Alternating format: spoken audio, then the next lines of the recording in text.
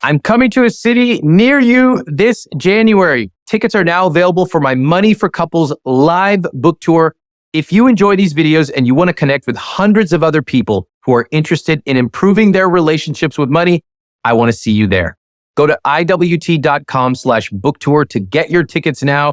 And I can tell you nothing beats being in the room. You'll get to see me working with real couples on stage who want to improve their relationship. I'm coming to Boston, DC, Chicago, New York, SF, and LA. Get your tickets now at iwt.com/book tour. On today's episode, meet Ava and Chris. Negative Nancy. And I don't want to be. I don't want to be. Ava is 36 and Chris is 38. And when it comes to their finances, they don't see eye to eye. And they are stuck in a cycle of overspending. I don't feel negatively about our finances, but I think for sure we have a different perspective towards our finances. I want to be on the same page. I just don't see how we get there in the situation that we are in now. Ava is a worrier who uses a labor-intensive ledger to track expenses. It takes tons of time every month, but they're still in debt. Ever since college, I've kept a ledger. Definitely don't think we're using the right approach. Why do you have credit card debt? Because we overspend on a monthly basis. Chris doesn't like Ava's approach, but he is done fighting about it. When we do our bills, it feels like it's a drain at the end of it. I'm like, this is what we got left. I'm just going to let it be. But letting it be obviously is worse than me just constantly trying to have the fight. They just sold their house and they need my help to get on the same page before they make their next move. I'm down for moving, but I just want to sit down and put on paper like what that really looks like. Can Ava and Chris set aside their finances and create a new way to talk about money together? I don't feel like we have a handle on it, and I want us to do it together. It's honestly just haven't shifted from when we were not making a lot of money. The approach is still the same, and I think that's what the issue is. Let's meet Ava and Chris.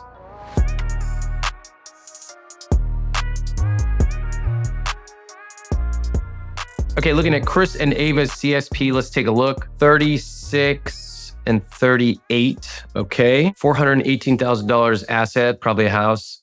Investments, $150K, that's good. Savings, $1,300.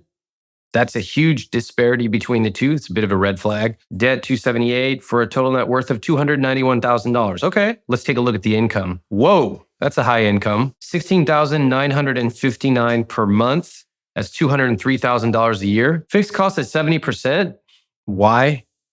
That's high at that income. Let's take a look. Housing is low, 13%.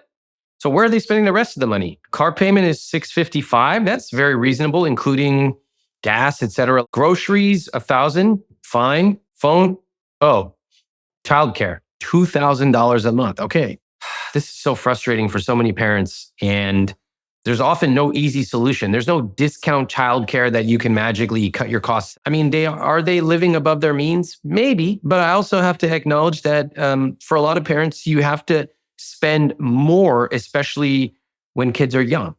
I don't mind that. That's just a natural part of life. And that is why ideally before you have kids, you have your numbers dialed in so you can be saving extra. And then in the first few years of having a kid, you can draw from those, cut your investment or savings contributions and put them towards things like a nanny. Okay, let's take a look at the rest. Investments are at 3%. They're probably doing some pre-tax stuff, which is okay. And their investments are at $150K, so maybe they've intentionally cut that down a bit. Savings are at 1%. That's crazy, especially with $1,300 in savings. No way. If one of them loses their job, they're over. They're over in 1 month. That's a problem. And guess what? I knew it once I started scrolling down. Guilt-free spending at 26%. There's no way. Typically, it's 20 to 35%. For young parents, it probably becomes 15, maybe 10, not 26. If you're going to hire a nanny, that's a lot of money. And if you can afford it, that's okay. We can find a way to make it work.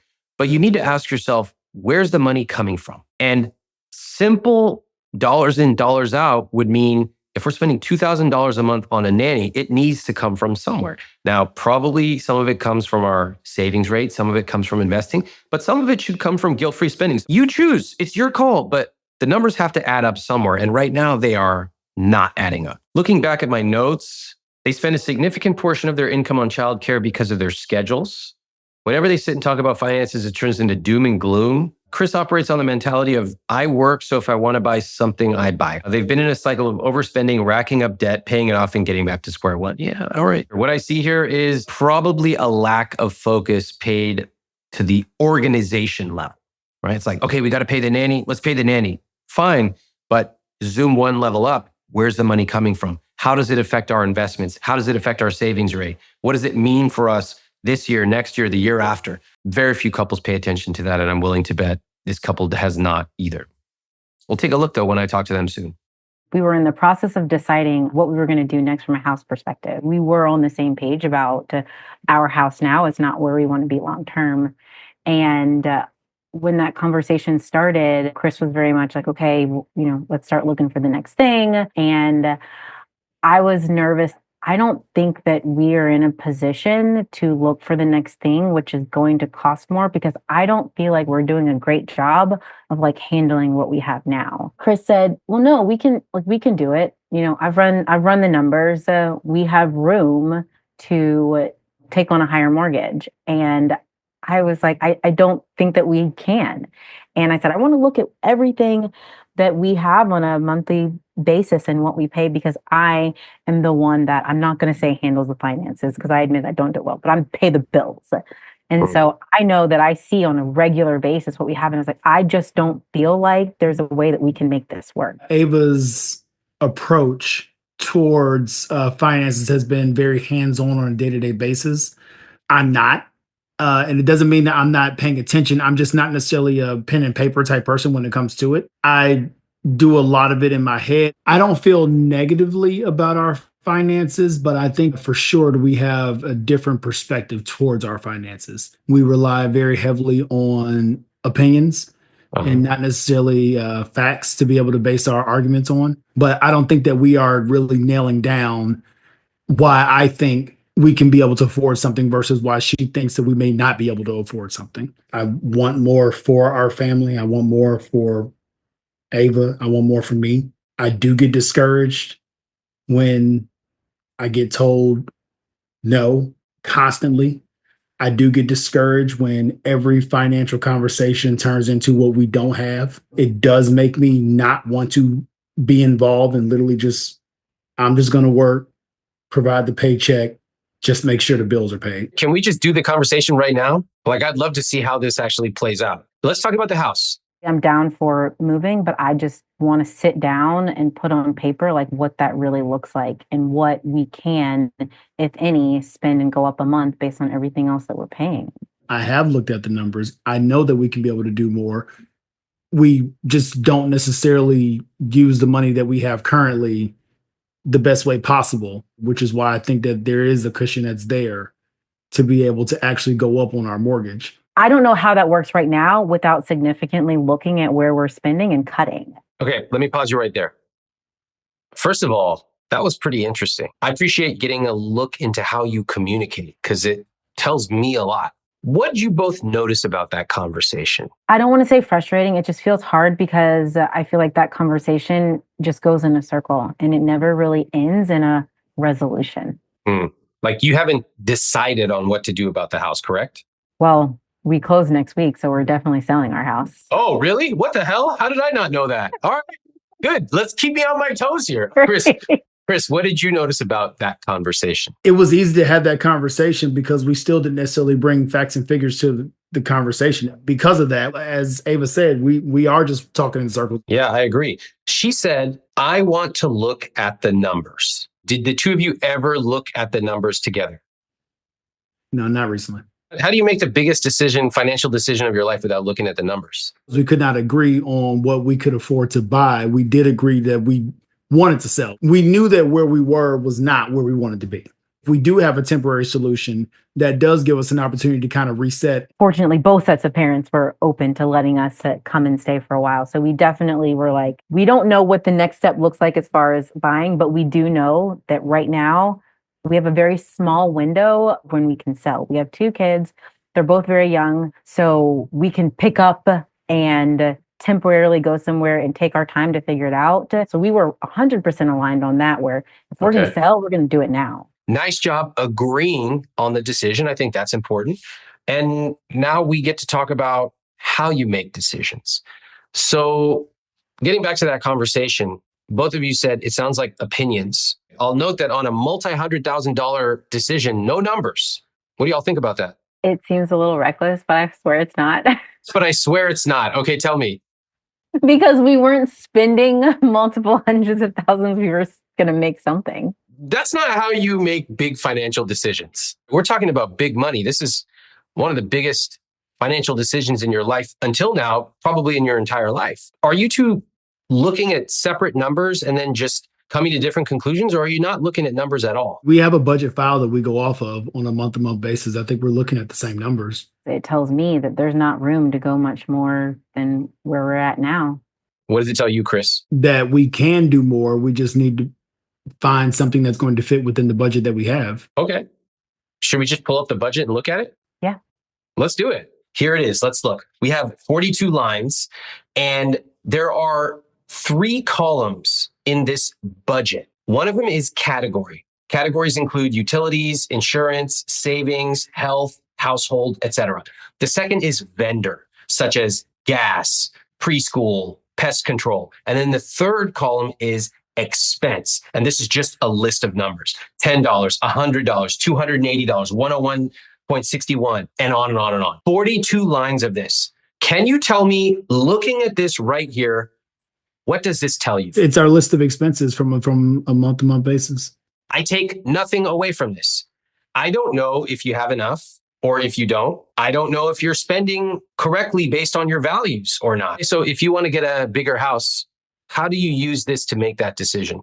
I look at the expenses that go towards the house and then try to be able to compare it to what it would cost for us to be able to go somewhere else. You can't make meaning from that. It's actually not the right tool. It's like me telling you to build a skyscraper and giving you a hammer. And it actually keeps you small. Ava, you're the one who manages that budget, right? Yeah. How many minutes or hours per month do you put into it? 4 to 5 hours.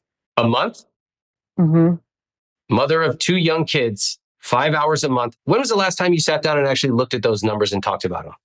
15 days ago. We've been doing it for every pay period. So you all go in there and you go, hey, this time we actually spent extra on gas or less on groceries or something like that. So you put it in the budget, right? Mm-hmm. Together, which is great. And then what? Then the bills are paid. This is how people play small. They think that they're managing money is filling out a budget. How do you escape from this hell that is updating a 42-row spreadsheet for the next 60 years of your life? Lower our fixed costs. Okay, that could work. But then what? Let's say you lower your fixed cost by $200, $300, $400 a month. Then what? I don't know. That's what's hard. It sounds ridiculous. It's so hard for me to let go of the concept of just spending or paying and then not seeing what everything is. Like, I don't trust myself. The problem is you have no vision. It's just a bunch of numbers. And if I ask, how do we get beyond the next 2 weeks? Do you know what it would look like to get beyond thinking 2 weeks out? I don't. Okay, that's an honest answer. I appreciate that. Chris? Yeah, I've done it before. I used to set monthly goals versus yearly goals. I would put money away in order to be able to go on trips, or if there are big games I'd like to be able to go to. I'm a big sports fan. Right. I put money off to the side for that. I would basically earmark some of my money, but then I would still leave a cushion that's in there to not completely earmark everything. Okay, I like what you're doing. So do you do that right now? Not completely.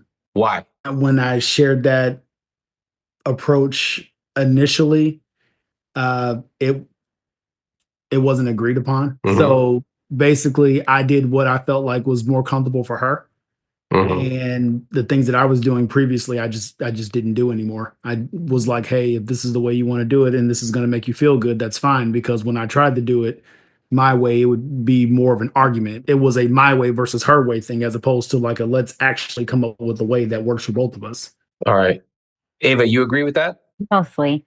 Ever since college, I've kept a ledger, like a paper ledger. That sounds like it's from the prehistoric age. Pull that thing out. What is this ledger? Dust it off for us. Show everybody what it is. Already love this. I'm so embarrassed. Hold it up to the camera. Oh my God, look at that thing.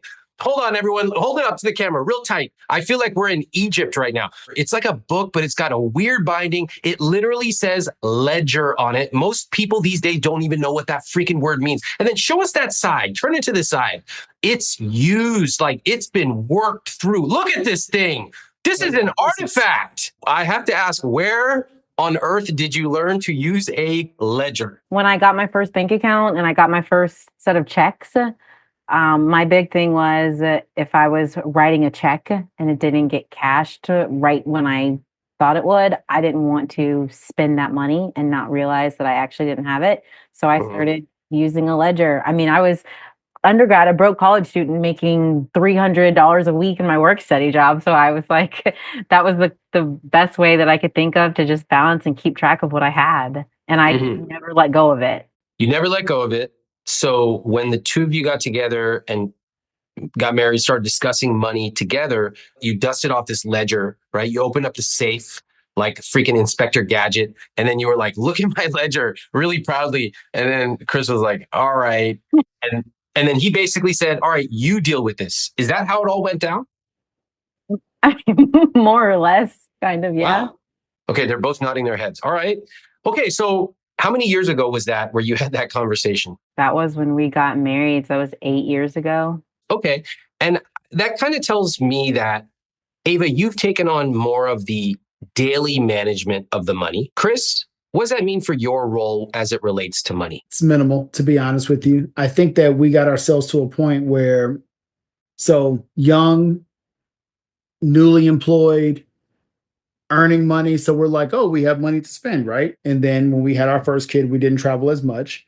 And then we have our second child. So like we know these expenses are going up. So we know that other expenses have to go down, but it's not necessarily in a way where we're really painting the picture of like what that looks like. I agree. I think that's a good way to put it. If I can describe it, it feels very simplistic. I think I understand where we are today. I think I also understand why your conversations feel like you're just spinning. Because one of you, Ava, is managing this money, and the way that you have set the money up is to be worried about it. You have structurally set your day-to-day management to be worried. Unless you end up with a huge amount of money every single month, there's no way for you to feel good about this. Because guess what you're looking at every single month? Literally every line is just where money's going out. I actually feel overwhelmed looking at it. You're not actually using numbers effectively. And that's one of the things that I want to show you how to do. Ava is using her ledger, unaware that it might have worked when they were dual income, no kids, but now that things have changed, she clings to the ledger, even though it's clearly not working anymore. You can also see that their lack of agreement has caused issues. When their expenses went up, they didn't have the foundation to sit down, talk about their numbers together, and jointly decide how they wanted to reallocate their spending. In fact, they sold their house without really running real numbers. And you can imagine how much trouble their approach will lead them to if they continue this way. I have to tell you, honestly, I'm grateful that we have the chance to talk now before they decide their next move. The approaches that you took when you were younger or even single probably have stopped working for you now. Think about it. You have 2 kids, heavy expenses when kids are young, unpredictable expenses. And even though you're making more than ever, it doesn't really feel like it. But your approach has been, let's track even more. I do think that there's a sense of, if at least you can be able to see it in front of you, then you at least have an opportunity to control it. And but that's the very thing that you all talked about, and it didn't work. Like the way that you talked about selling and buying a house was like, hey, I want to look at the numbers. That's what Ava said. And then Chris's response was, I have looked at the numbers, but you never actually sat down and looked at the numbers in a meaningful way together. I think that there's this invisible script you both have that if we look at some numbers, magically we will make the right decisions. But guys, you have the numbers. You don't even look at them for the biggest decision of your life. So either there's something wrong with you, which I don't think there is, or you're not using the right approach. I definitely don't think we're using the right approach. I thought we were for a while. And as of late, I told Chris that when we sat down into our CSP a couple of weeks ago, I said, I don't feel confident about this. I don't feel like we have a handle on it. And I want us to do it together. It's honestly just haven't shifted from when we were not making a lot of money. The approach is still the same. And I think that's what the issue is. Yes, your money grew faster than your money psychology. You're both playing small. You can keep doing it if you want, but the way I look at it, you will simply keep doing this bi-weekly thing for the next 20, 25 years. Ava, you'll continue worrying about money. The two of you will make financial decisions based on whoever argues the loudest or brings it up the most. And that's it. You'll save some money for a vacation because I know you like to travel, Chris. But that's it. Seems kind of like a waste considering how accomplished both of you are, your incomes, the potential here. What do you think? I agree. I just don't know how to get out of it. Okay. Well, I can help with that. What would it look and feel like if the two of you were truly on the same page with your money? I think we could be able to accomplish more if we were on the same page because we would be able to walk, on the same path together. Okay. Love it. How about you, Ava? I want to be on the same page. I want us to want the same things and be excited about planning for the same things. I just don't see how we get there in the situation that we are in now. Put the past aside just for 2 minutes, even put the present aside and dream with me. What would it look like to be on the same page? We're in a house that has enough room that he wants, has the safety and security that I want for us and our kids. We're comfortable. We are, budgeting for and saving for a vacation every year to go on as a family. We can do those things and just be comfortable about it, be on the same page about, cool, this is where it's coming from. We got it. We planned for this. I love that vision. How'd that feel to say? I feel lighter saying it, even though it's not the reality right now, but it just feels exciting. Yeah, I can see it in your smile. Sometimes we even have to just pretend just for a moment, just to know that something is possible. Because everything you just said to me is extremely possible as far as I'm concerned. I've looked at your numbers. If we were purely talking about numbers, I could get you there and pretty quickly. But obviously, money is way more than numbers. It's about how the two of you come together, show up, change your money psychology. It's all those things. But I can tell you that numbers wise, everything you just said, we can make it happen. Okay. Chris, what would it look like to be on the same page? Bigger house, a yard for the kids to be able to play in, for us to be able to entertain in, fire pit with, being able to have friends and family over. Okay, I love these conversations. Have the two of you talked about this stuff? I know you've talked about the house, but have you talked about it under the purview of money? Meaning, hey, how can we use our money to get those goals? No. So the conversations are what? Like, we need a bigger house. And then the other person says, like, there's no way we can afford it because the numbers we don't have enough.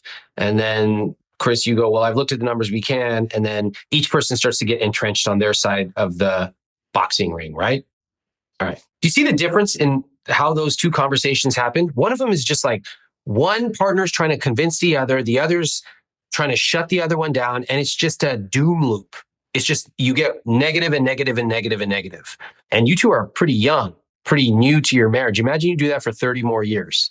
It's not good. But the other one was actually the opposite. It was an upward loop. It's like, I want this. Oh, that would be amazing. And I would have that. And we would do this. Now, notice we haven't yet talked about how to make the numbers work, but even just the possibility of dreaming of what you want got you both leaning forward.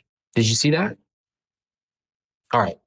Let's talk about the numbers because I love the dreams. Ava, can you read off the word in bold and the full number next to it? Assets, 418,000. Investments, 150,810. Savings, 1,300. Debt, 278 to 610. Total net worth, 291,500. What do y'all think about those numbers? They could be better. I don't look at it as being bad. I'm just like, okay, this is what I have to work with. Like, would I like to be able to have my investments grow? Yes, absolutely. Would I like to be able to have my assets grow? Yes, absolutely. Hey, can I tell you how I would answer the question? I would go, I feel really proud. I intentionally chose to have no assets because I'm currently renting by choice. I have a lot of investment because I prioritize that. I've created a bunch of rules so that when I have unexpected income, 70+% goes towards investments. I'm doing that because I know the power of compound interest. My savings are currently a little bit low because I just used a chunk of it for a planned vacation and I had a blast. Now I got to build it up for the next one. And then my debt, I have no debt because this is a no debt household. So overall, I feel really good. I have my plan, but I still need a little bit of time to make it work. What do you notice about my answer versus yours, Chris? You seem like you got a plan forward. You seem more encouraged about it. Yep. I like money. Not because I like to sit there and log in and count my dollars and cents, but because money gives me the ability to travel like you like to travel. The other thing I would notice is that I could clearly explain why this number was high or this number was low. In fact, I even knew if the number was high or low for somebody my age and my situation, right? There's like a deeper level of knowledge about these key numbers.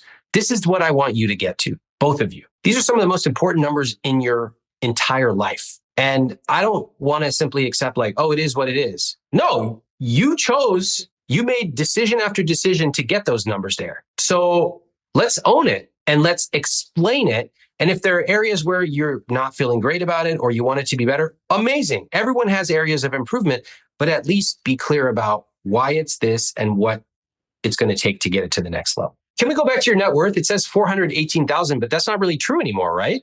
That's correct. So what is it? Jumping in, we're throwing lots of numbers at you, so I'm just going to summarize them right here. According to Ava and Chris, the sale of their house will roughly have this impact on their finances. Assets will reduce from 418,000 to 18,000. Savings will increase by 85,000, and debt will decrease from $278,000 to 16,200. Really quick, before we continue on, if you enjoy these videos and you want to be the first to know when we drop a new one, make sure you hit that subscribe button now because it helps my team and me grow this channel. All right, so your total net worth is $237,000. Obviously, being very approximate here, we're also fiddling with numbers. This is normal. Chris, can you read off your combined monthly income? 16,959. You make $203,000 per year.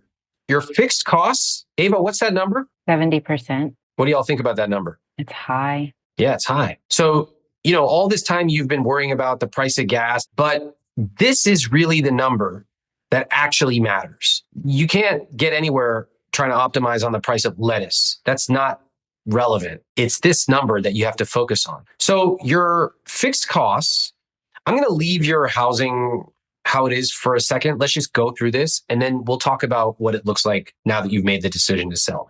So I want to point out a couple of things. Your mortgage was quite low. That was amazing. $1,751. I added in your utilities and all that stuff. And then I added in even your household maintenance, which was $470 a month. All of that ended up being about 16% of gross income. That's great. That's fantastic. The question is, what's taking you to 70% on a very high income? Well, let's look down.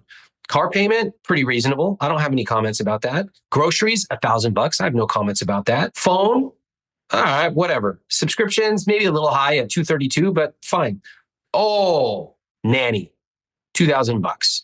Okay, that explains it. And in fact, if I just zero this out, just so you can see, we take the nanny away, your fixed cost dropped to 52%. Okay, so what does that tell you? So I was surprised that we were reasonable with like household expenses. I always felt like those were high. Yes. Do you know why you thought that? Because the way you set up your infrastructure was constantly pinpricking yourself. All you saw was red, red, red, red, red, red, red. Target, Amazon, da, da, da, da. But you had no comparison. When you look at it this way, in a conscious spending plan, not a budget, you go, wait a second. It's not crazy. Why am I agonizing over this little piece of the overall pie? That's actually irrelevant. What is the primary expense that is relevant to your fixed costs? Our nanny? Yeah. Yeah. That's it. The rest of it is fine. And we saw that because if I zero it out, 52%. So when I looked at your CSP, And I said, they're not spending anything crazy here. They're not, in fact, they have extra money to spare because of how low their housing costs are. So where's it all going to be at 70%? I saw the nanny. Chris, what meaning do you make out of this fixed cost category? I've always felt like we live pretty much at our means, but I do think we put a lot of money into, childcare and making sure they're good. What else? Trying to invest in ourselves as well too. Just mentally, emotionally. I think that the two of you tell yourself a lot of stories about who you are, about what decisions you've made, about what you're doing. You all need to align with reality over here. This is reality. So sometimes you can keep your stories, just set them aside and say, what do the numbers actually tell me? The numbers tell me that this couple has very reasonable housing costs, that they spend a lot of money on a nanny. So they probably have a young kid or young kids. The big takeaway from this is they're spending a ton of money for a temporary amount of time. That's it. No stories, no past, no nothing. It's just cold, hard numbers. The question then is, where's the money coming from? So do the two of you know that answer? Where is this considerable amount of money for $2,000 a month for a nanny coming from? And I'm going to guess that basically the two of you just said like, hey, we need a nanny. Let's look at all the expenses going out the door. And we got to find a way to do this. So like, let's just write the check every month, right? So that is not the way that I want you to think about money. In order to build a connection about money, and actually in order to become much more sophisticated with money, I want you to think about it a little differently. If you look at the conscious spending plan, there are 4 key numbers. There's your fixed costs, there's your savings, there's your investments, and there's your guilt-free spending. Now, each of those has a very specific number that I typically recommend for people. So if my wife and I were discussing a $2,000 a month expense that came up, how do you think we would talk about it? I'm sure you would probably present it and say, okay, here's the expense that's coming up. How are we going to fit this in? Where is this coming from? Does this kick any of those 4 categories out of the recommended? And if so, how can we adjust to make sure that we can account for this cost, but still keep everything where it should be? That's right. We would start to make trade-offs. And you notice that because we would say like, hey, we normally have our savings rate at 10%. But right now, if we add $2,000 a month, we can't. So we got to start making some trade-offs. We're probably going to have to cut a little bit of our savings, maybe a little bit of investment, guilt-free spending, and then we discuss. And we have that discussion together versus just feelings. What I did there was show Ava and Chris how to really talk about an added expense. And I want you to do the same thing. If you are considering taking on a new expense, maybe it's a new house, a new car, even a vacation, I want you to use real numbers to decide if you can afford it. The simplest way is to use the conscious spending plan, almost like a game of Tetris. Download the CSP for free, plug in your numbers, and as long as you keep your numbers within the parameters, you win. So if you want to spend $2,000 a month on a nanny, you just have to decide where the money's going to come from. And as long as everything fits, you can do it. Just remember, it's tempting to tap into your investments or savings to pay for something now. But if you do that, it will cost you later. Download the CSP to see for yourself. It's free at iwt.com/CSP. Please notice that Ava and Chris have not been doing this at all. They've been having conversations where each person just talks. They share the stories of how they think they should make this decision, how they feel about money. But do you notice that they're not actually using numbers? It's like 2 chefs sitting around talking about ingredients and taste, but never actually cooking anything. Right now, Ava, you are playing negative Nancy. Whatever Chris comes to you with, you instantly start by saying, we don't have enough. And that's off-putting, right? At the same time, Chris will say phrases like, I'm more intuitive with the numbers. I do it in my head. That doesn't work in a relationship with complex financials where you're making almost $20K a month. Like, there's got to be specificity around how you are talking about money. That is why I think so many of your conversations have been stuck. The way to change is for you to both understand the roles that you are currently playing and understand why. Because if you want to change these numbers, you actually have to totally recalibrate your relationship with money and your relationship with each other. Are you both open to that? I definitely agree. I don't leave much room for consideration when it comes to new expenses. I don't want to be that way. All right, beautiful. Then I feel good. I feel really good so far. Let's continue. All right, we got fixed costs at 70%. It's a little high, but it's a nanny. How long are you going to have the nanny for? I would probably say at least another year. Okay, great. So I don't mind that. Let's take a look at the rest. Investments are at 3%. Anybody do a 401k or any pre-tax investing? We both do. We both do. How much do you put in there total every year? I'm at 6% of my annual because that's what the match is. Okay, so that's $4,600. And then what about for you, Ava? Right now I'm at 4%. My employer matches 100% of my contributions, but only in the first 3%. So that's $9,700 a year. That's really good. That's $800 extra that you are putting in. Look at that. Okay, let me show you what just happened. So their investments currently show as 3% combined, okay? But I'm going to add their pre-tax in here just so I can get a better view on what's going on. And suddenly their investments are at 11%. That's good. I like that. Okay, cool. All right, so let's look. You got your investments at 3%. We'll change it in a second. Your savings is at 1%. Can we talk about that? Why is that? Because we are paying off the credit cards. Why do you have credit card debt? Because we overspend on a monthly basis. Usually this time of year, we put ourselves in credit card debt and then we end up having to pay it off basically with whatever income that may come in. So like tax money, things like that. August is our anniversary and it's her birthday. Mhm. So I usually try to, especially this year with birth of a new child and just a lot of transition and everything going on, I wanted to be able to make sure she had a really good birthday. And we were also traveling this month. So we took a trip with the family and we just had added expenses from that ended up pouring into the credit card. Plus my truck hit 150,000 miles. That was a additional expense. So all that kind of hit at the exact same time. How do you all make decisions about how much to spend on these things? It's not necessarily something that we discuss. Can we do? It's, we need to just find a way to make it work.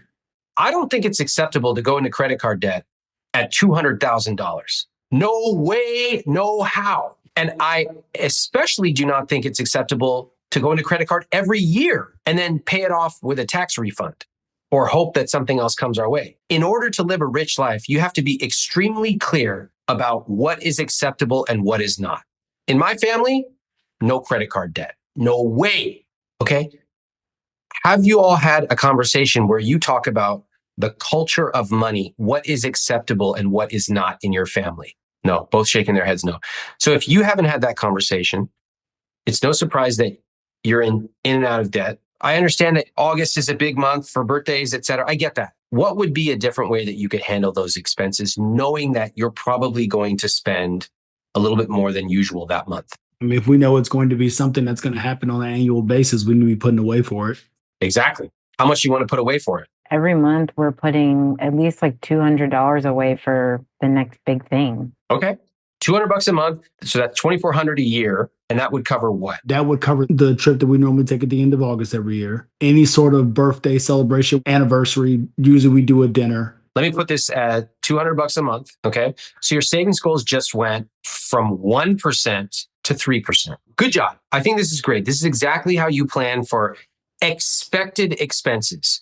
You know that you have a family event every August, put money aside for it. And if you do it every single month, it becomes quite a manageable amount, right? It's totally fine. Where's the emergency fund? We don't have an emergency fund. So if we're replacing tires, if something goes out, we're putting that on a credit card. That's not an emergency. An emergency fund is a true emergency. Like one of you gets laid off, family member gets sick, and you have to hop on the first plane. That is an emergency. Are you aware that if one of you lost your job, that the two of you could last about 1 week? I never looked at it that way. You've all been so busy focusing on a lot of busy work with numbers that you have totally missed out on the important parts of setting up your financial infrastructure. Two parents, earning parents who have two young kids. This is a very high risk situation you're in. Your savings account was $1,300. That's enough for about a week. That's it. And then suddenly you start to have to make really, really bad decisions because your back is up against the wall. What do you make of that? I think I end up going by every month just hoping nothing crazy happens. It doesn't feel good. And especially for somebody who has been unemployed multiple times, you don't want to put yourself in a situation that basically we're putting ourselves in right now. Yeah. And luckily everything is going okay right now, but you all know that one day it won't. That's life. People get laid off, people get sick, things happen. And with two young kids, you cannot be exposed to this kind of risk. Are you starting to see that the way that you both relate to money is why there are these issues with your CSP? You have the money. Like, we could fix this all quite quickly. But the fact that no one has brought up the idea of an emergency fund and actually suggested this is what we need to do. The fact that you're being caught by surprise every single August and you have not come up with something a little bit more forward looking. That's a problem, right? We can fix it. Let's get down to the guilt-free spending. $2,988 a month. You added household supplies, etc., $500. Fun funds like eating out, nails, hair, etc., $400. And then social, such as eating out, baseball tickets, and kids' activities, $500. Are those numbers accurate? Yeah, Okay. those would be accurate. Yep. All right, so that's $1,400. So where's the other $1,500? That's where I think we got a little bit confused. I looked at that and I was like, we don't spend $3,000 a month on everything else. Where's your debt payments? I don't see them in fixed costs. Where's your credit card debt payments? They're not in fixed costs because it's essentially what's left over, what we feel comfortable paying. What does that mean? Every 2 weeks, we'll sit down, I'll pay the bills and say, okay, we have X amount left over for the month. Well, let's take this chunk of it and put it toward the credit card. Some months it pays it off, some months it doesn't. No, can't do this anymore. Do you all realize why I'm so alarmed? Yeah, I get it. Because basically anything goes wrong, we can't get ourselves out of it. Correct.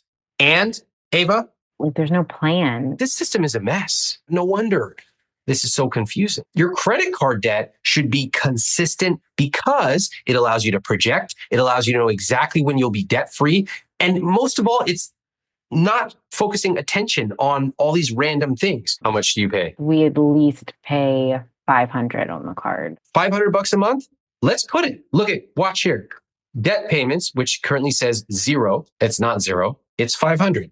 Watch this.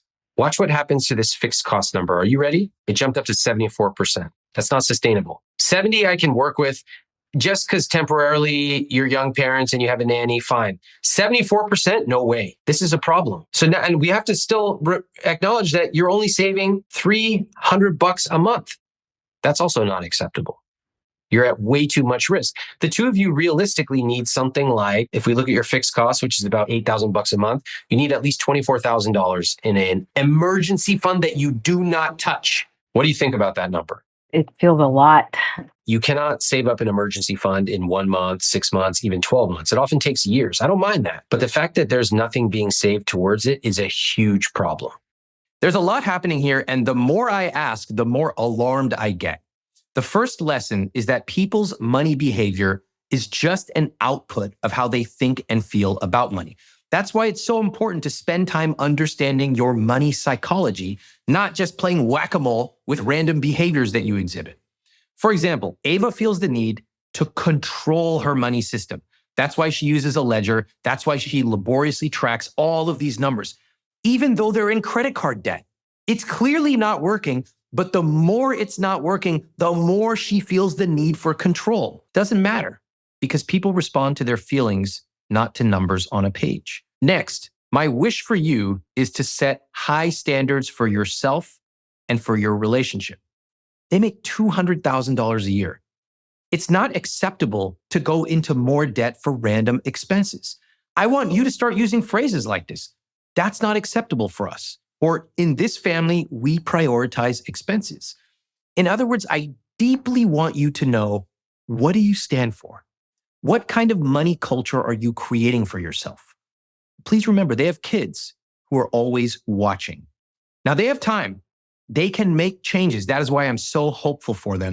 I think what you're saying is a lot of what I've been feeling, but just like didn't know why. And now it makes sense. I probably was feeling nervous because deep down, if something happened, I didn't know how we were going to get through it. I think that's probably true. I think people have intuitions and clues, but when it comes to money, your intuition is not enough. You have to back it up with actual numbers. You have to use percentages and real numbers. And if you don't, it's actually really frustrating for your partner because they just see someone who's constantly worrying, constantly looking at what can go wrong, and there's no actual facts. So that's why in order to be really good with your money, you have to know your numbers and you have to master your money psychology. Both of those things, that will help you really improve. I can see now how much I've decided to just sit back and just be like, look, you're not really open to too many ideas at this point. So I'm just going to let it be. But letting it be obviously is worse than me just constantly trying to have the fight. I think that if you immediately assume that when we talk about money, we fight, that's a problem because talking about money should not be fighting. Talking about money should be joyful. It should sometimes just be routine, like taking out the trash, and there should be a vision. So what I want to do is kind of just flip it right now. I want you two to tell me what you would like to do with your money. I want to put money away. I want to actually have savings accounts that are dedicated to doing things in the future so that I don't feel like every time I'm asking to do something, we have to figure out where's the money coming from. Okay, how much? I love the vision. How much? I really would love to be able to put anywhere between $500 and $1,000 a month. I'd love to just be able to put off to the side, and it can be earmarked. Yeah. $1,000 a month. I love that vision. And what would you put the money towards? Vacations, gifts, maintenance, and then your oops fund. You're just like, hey, something happened and we need to be able to take care of that. And we have somewhere to be able to pull it from. I love that vision. I remember that vision before kids. One of the most fun vacations that we had right after we got married were vacations that, we had planned for. It was the best feeling in the world. Everything was paid for. And that I want that feeling every month, not even just in vacations, but just a new month. What do we want to do this month? Great. We have this feeling because we planned for it. I want to, yes, dream, but I also want to marry that with, okay, logistically, like tactically, numbers wise, what does this look like? Beautiful. Beautiful. Chris, it's got to feel good to hear different response than the typical negative Nancy one. And it does. I like seeing the two of you have that conversation. And it turns out that Ava, you actually agree. That's pretty cool. To me, that's 80% of the battle right there. You both have said something that's important to you. Now let's talk about how to make it happen. I'm going to put these numbers up on screen and I want you to tell me, what do you want to do? I feel like we should be realistic about, okay, rent, mortgage, like that line item going away or going down. The only thing that I worry about as far as taking that line away is that eventually that line's coming back. Right. And it's going to be more. Tell you what, let me show you how to deal with it in both ways. Okay. We can't ignore the fact that you currently have zero rent, which means you're going to be saving a lot of money every month. We got to use that time. We can't pretend like it's not real. It's real. And by acknowledging reality, that allows you to make that reflect on the plan, and you will create a plan for when you go and get your next place to live. Okay.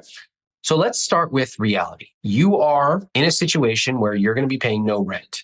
So what do you want to do? So can we just earmark, let's say we'll call it rent. It's $500 a month. I love it. Okay. $500 a month. What else do you want to do on the fixed costs? I mean, we can take away utilities. The grocery bill should go down. $800. I would welcome the challenge of getting it to $800 a month. So yeah, let's go with it. Pick another category. Household maintenance, $0. Nice. Done. Ava and Chris's guilt-free spending is currently at 26%. And that's too high, especially since they have a $2,000 per month nanny cost. They probably need to reallocate some of that money towards fixed costs. I'm also concerned how low their savings rate is, and I want to start funneling money in that direction. Listen as I walk them through that, and please notice where I push them harder. You talked about wanting to do $1,000 a month for savings. Let's start there. Yeah, I think it makes the most sense to start with long-term emergency fund. Great. How much you want to put there? 500. Nice. Let's put 500 down and see what happens. We can always change it. Love it. $500. We're currently at 7% on the savings. We're moving in the right direction. I love this. $500 a month towards your emergency fund means what? Fast forward 1 year. How much are you going to have in that emergency fund? $6,000. Now let's make meaning out of that number. Look up here. Your fixed costs per month are how much? 6,000. $6,000. So what that tells you is by the end of an entire year, you will have 1 month of an emergency fund saved up. What do you think about that? It's progress. It's more than we have now. It's the fact that it took a year to save a month it's progress. It's more than we're doing now. So it's somewhere to start. At $200K per year, you can do more than $500 a month. Embrace the fact that you are young parents right now. You're not going out to bars all the time. You're at home. Let's build up financial security now so that over time we will look back and thank our young 30-something selves. Go bigger than 500 a month. This is too low. Let's do 1,000. If you do that for 12 months, how much do you have? 12,000. Yeah, $12,000, which is 2 months of an emergency fund. That's not bad.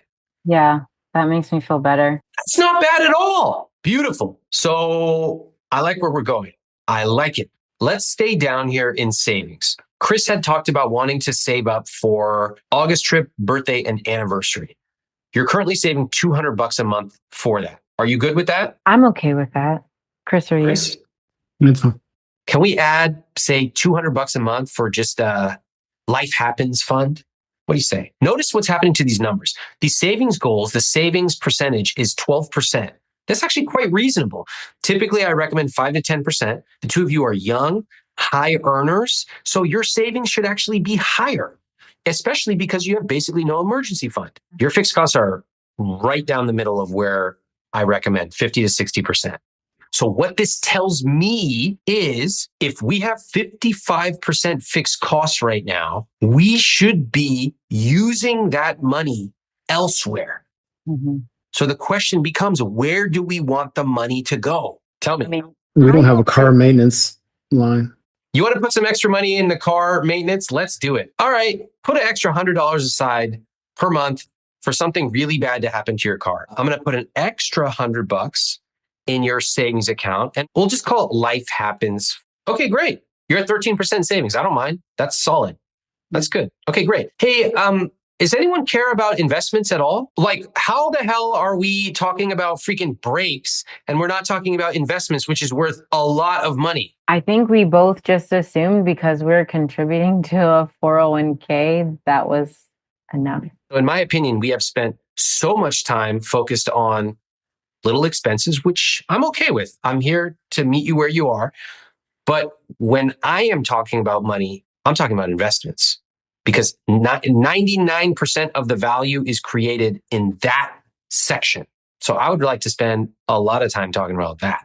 Let's take a look at the numbers here. Here's a simple compound interest calculator. You currently have $150,000 invested.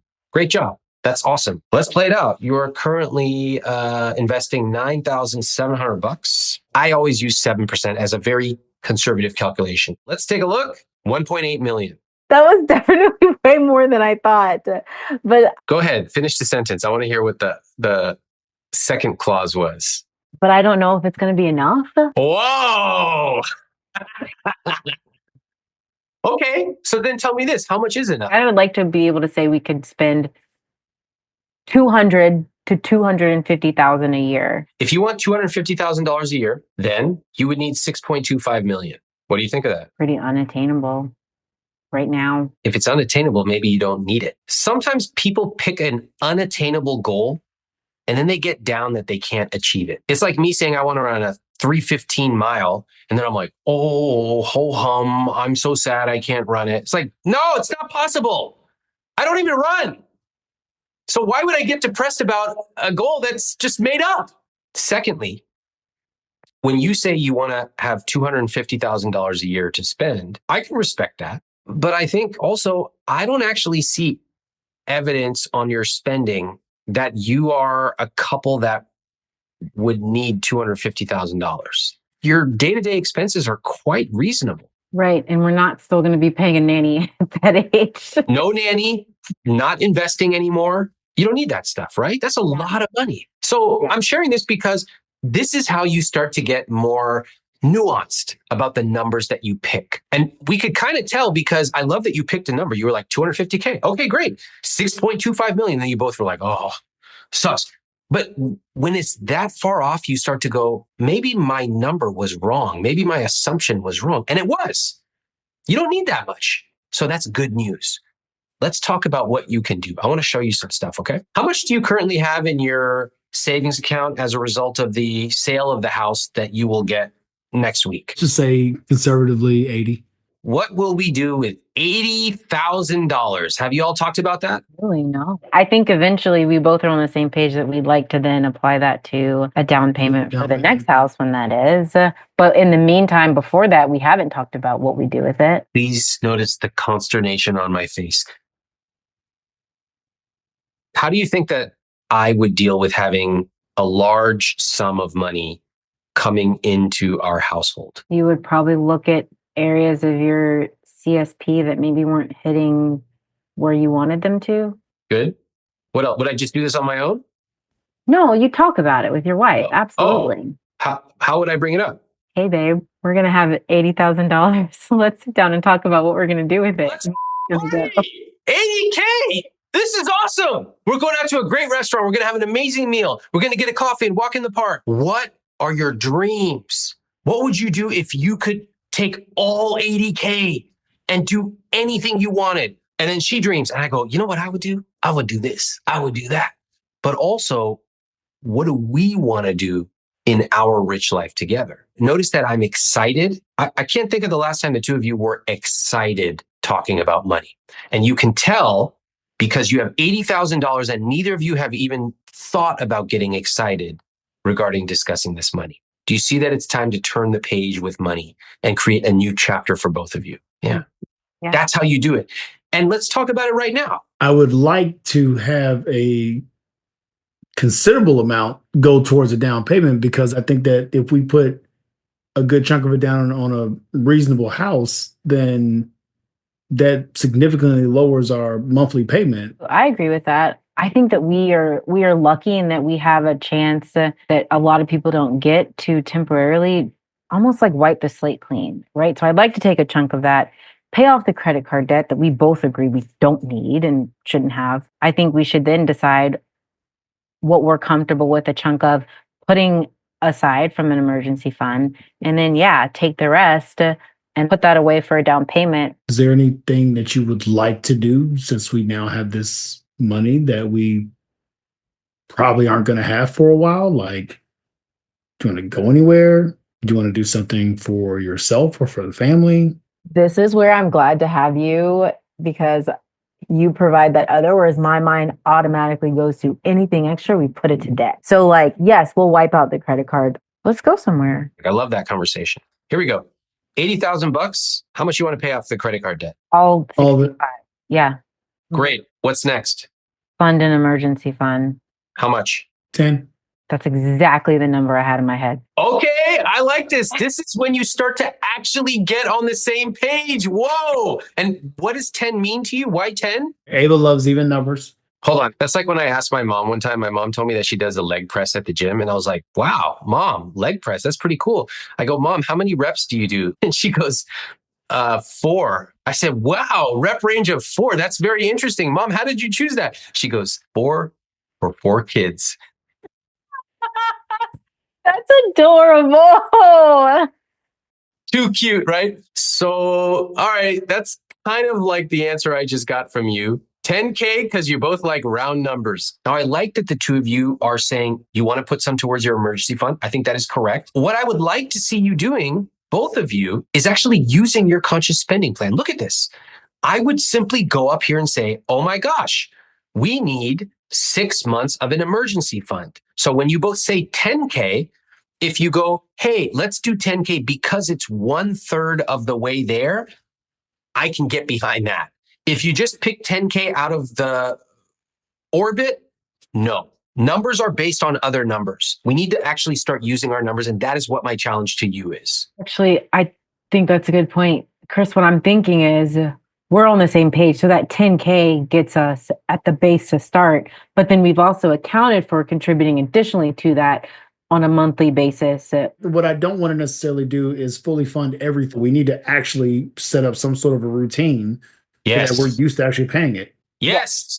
Yes. Good. Great. That's exactly the point. Because you could pretty much fund a lot of stuff right now. But the problem is your habits wouldn't change at all. And then you would be back in debt. And when you go to rent or buy a place, you would be in big trouble. You need to be thoughtful about how much of this money are we using for one-time things like paying off credit card debt. That's a no-brainer. That debt is toxic. Get rid of it and never get back into credit card debt. Your emergency fund, I think 10K is reasonable. And then you want to take a trip? Give me a number. I think we can go somewhere for 2,000. That's solid. You currently have spent $18,500 of your 80K. Okay. Can I show you something? I want to take you back to investments for a second. Everyone's like, let's take a vacation. Let's pay off this and that. No one ever thinks about putting money in investments. I have a rule for myself with unexpected income. This is at a more advanced level where you create a rule of what you will do when you get unexpected income. And you do it on percentages and it just goes through the funnel. Something like 70% goes straight to investments. What message do you think that sends to my wife and to me? That you're looking out for the future. That's exactly right. And it's not even a question. We're not asking each other. It's just a decision that was made. So let's play it out. Let me just show you what happens if you take an extra $30,000 just to show you what happens. You're now at $2.2 million. We're talking about hundreds and hundreds of thousands of dollars from one decision you made once. What's your conclusion? I like to see the longer term impact that one decision has. What I get nervous about is the balance of taking care of our future, but also not screwing ourselves in the now. We will get to a point where we want to move again, buy another house or, whatever, and want to make sure that we that we don't put ourselves in a situation where we now have nothing for that. I agree. You should have a very healthy amount of liquid cash for when you move. I think that this is when the two of you start to discuss things like, when would we want to move? How much approximately would we spend? Are we going to buy? Are we going to rent? What fits our goals at this stage of our family? Right now, you took a step. You just said, look, we're going to sell it. But there's no vision. You don't know which direction you're going. It's like you're walking in the dark. In order to truly know what to do with this considerable amount of money, you actually need to be thinking 3, 4, 5 steps ahead. Those are the things that I've been thinking about, but we haven't talked about just together, the two of us. Why don't you just do it right now? I'd like to be settled before school starts next year. I would like to buy, and I would like to buy in the spring. All right, you're all basically on the same page. You guys see how easy it is sometimes? It's like we don't need all this preamble. Now, here's my question to you. Have you looked at the numbers for a potential house that you would buy? Yes. Okay, what is the price of that house? $420. Okay, and the monthly? The monthly would end up being, I think with taxes, like $2,700. Let me show you the numbers. So that's your monthly payment, $2,945. However, is the payment going to be actually higher or lower than that number? Payment's going to be higher because mortgage is the minimum that we're going to pay. Bingo. So we're talking about, in my opinion, in my high cost of living area, I literally add 50+% onto the price of the monthly payment. So in my case, if this was a $3,000 payment, it would actually be $4,500 a month total. When you factor in transaction costs, probably new furniture, all kinds of stuff, maybe $3,600 a month. What's your current payment? $1,751. More than double. What do you make of that? What's going through your head? My initial response was to go back to negative Nancy. I don't know how we could do that with childcare costs currently. Good news. We actually have a conscious spending plan we can plug it into right now and see. You want to do it? Sure. Please. All right. So this is a future state, like a year from now. You are not living at home anymore. Mm-hmm. So let's just make that mortgage. Let's be really conservative, okay? Really conservative. $3,700 a month. Your debt payment, we could take that away because you all paid that off. Good job. We're down to 78%. Car payment still going on. Groceries, you're at $1,000. Fine. Not changing that. Phone, not changing. Subscriptions, not changing. Childcare. It might go down a little bit. We'll target like 1,500. 1,500. Okay. Any other changes we want to make? That 1,500 is inclusive. Like we could get rid of the preschool line item. Oh, beautiful. Let's take that out too. Okay, great. Beautiful. You all ready to look at the fixed cost number now? 71%. It's too high. This is how you actually start to plan for major purchases. First, we took a house price that you gave me. We plugged it into a mortgage calculator. Then we took the numbers and we added on extra because we know that there's going to be additional costs. Then we came into our CSP and we plugged it in and we adjusted all the things that are going to change. And now we look at our numbers and what does it tell us? Fixed costs are still too high. Correct. This is the very minimum of what you've got to do when it comes to major purchases. This is the basic expected level of financial rigor. Chris, what's going on in your head? It's nice to be able to have something that you can be able to plug in and be able to actually see just right in front of your face if you can and cannot be able to afford it. My guess is in order to make your fixed costs fall to roughly 60%, my guess is the house you could afford is like $340,000 or so. When we first started, you said that it was okay that it was at 70 because we were paying for the nanny. Is it purely the nanny? I just want to be able to make sure. I love this question. This is a great question, very specific. We're currently at 71% of fixed costs. 71% may be okay if it's temporary. However, buying a house where you are putting your housing costs higher, that puts you at a higher risk. I will say that the housing costs themselves are still pretty reasonable. So it's not a crazy housing expense. I'll tell you that. It is that you have a nanny for $1,500 as well as these other expenses. Let's play it out though. Let's see. Let's just play and see what happens. All right. Let's say we take away the kids' chiropractor. Subscriptions? No way. Are you kidding me? All right. That's at 50. Childcare, we keep the same. Groceries, $800. We're at 66%. Let's keep looking. So right now you can see that you currently have $961 a month to spend on guilt-free spending. I don't think that's enough for the two of you. The good news is that you do have money set aside for things like your trip and Life Happens Fund. All of those are fantastic. But 8% is extremely low. In your case, my gut says I would do something like 15%. Okay. So what I'm doing now is I'm basically treating this like Tetris. I'm like, what numbers make sense in each of these categories so that you have enough for guilt-free spending? Because if you don't have enough for guilt-free spending, guess what happens? Credit card debt. Exactly. The two of you are just going to stop paying attention to any of this, be like, this CSP, and you're just going to do what you've done in the past, which is to get into credit card debt, and that is catastrophic. So we got to give you enough healthy amount of spending. The crux of the problem here is that you are living day to day, month to month, but there's no vision. You have $80,000 or so coming your way. You have two things to think about. First off is set the money aside for a second, put it in a savings account. You got to build up a healthier CSP. And you can do that specifically because you're so fortunate to be able to live with your family for a while. You are in the mode where you can save and invest a ton of money for the next 6 to 12 months.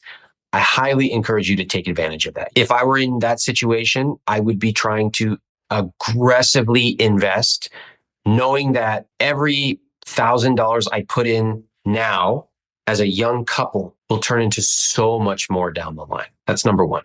Number two, I would build a healthier relationship with money. First, it would start by how we talk about money. The two of us would be talking about money regularly, positively, proactively, and we would actually be making big decisions, not smaller ones. You've seen that we're now talking about millions of dollars with compound interest. I would take the money from the house. I would immediately pay off the credit card debt. That is an absolute no-brainer. The rest of it, I would keep in a savings account and I would have a series of discussions about what do we want to do with it. Finally, the house. That's the kind of elephant in the room. I want to encourage you to really slow down and think about where your next housing unit is. Sometimes buying is not always the best decision. And in your financial situation, you might be able to make it work. You might, but things would have to go right in a lot of different ways, like a lot. But I would encourage you to really think about it before you jump in to any major purchase. You actually have this pivotal time in your life where you two can take control of your money. What an amazing opportunity for Ava and Chris to lay the groundwork for their rich life. I want to thank both of them for coming here and talking with me. Their story indicates the importance of having a shared rich life vision and talking using actual numbers. Let's hear what their follow-ups are. Let's start with Chris. What I learned is that it was a better way to handle our finances. And our current approach to basically just tracking our expenses really kind of made us more worrisome than anything else, and really weren't getting to the bottom line of what we really wanted to be able to accomplish. I think what surprised me was that basically us trying to make it work when our finances on a month-to-month basis translated into basically a lack of respect for our money, because we were not really saying no very often when it came to our finances. We weren't going broke, but we were definitely setting ourselves up on a path in which we couldn't really build, and we would just be disappointed in our actions on a month-to-month basis. And now let's hear from Ava. My biggest takeaways are that managing money is less about the actual practice and more about establishing a healthy mindset and psychology around money. Chris and I have spent time discussing and deciding on what we're calling our non-negotiables that will guide us moving forward. We came up with we do not carry credit card debt. We pay ourselves first. We make big financial decisions together and with a specific plan. And we use our CSP to guide our financial approach. We say no or not right now if it does not fit. Some of the specific changes that we're making are that we're burning our register and killing our expense tracking spreadsheet. We've decided to move to YNAB as a way of keeping a track on our finances, which now will all be automated. We close on our house next week, and we're immediately going to pay off the $6,500 in credit card debt and put $10,000 to fund our emergency fund. After that, we'll leave the rest in a savings account while we take advantage of the time and opportunity we have not paying a mortgage to be aggressive about saving for our future. We've decided that investing is going to be a priority.